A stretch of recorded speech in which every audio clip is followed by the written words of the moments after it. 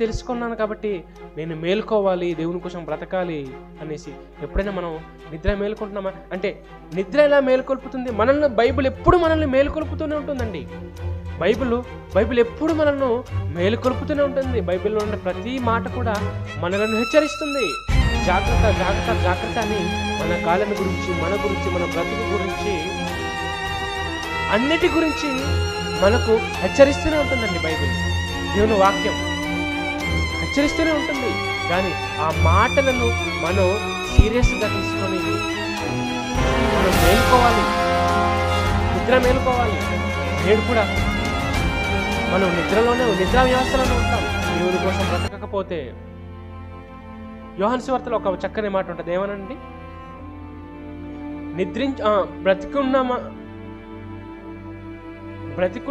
బ్రతికున్నామన్న పేరు మాత్రమే కానీ నువ్వు మృతుడవే.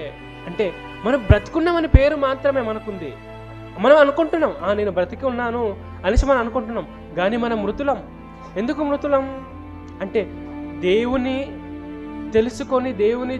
తెలుసుకొని కూడా దేవుని కోసం బ్రతకకపోతే నువ్వు మృతుడవే.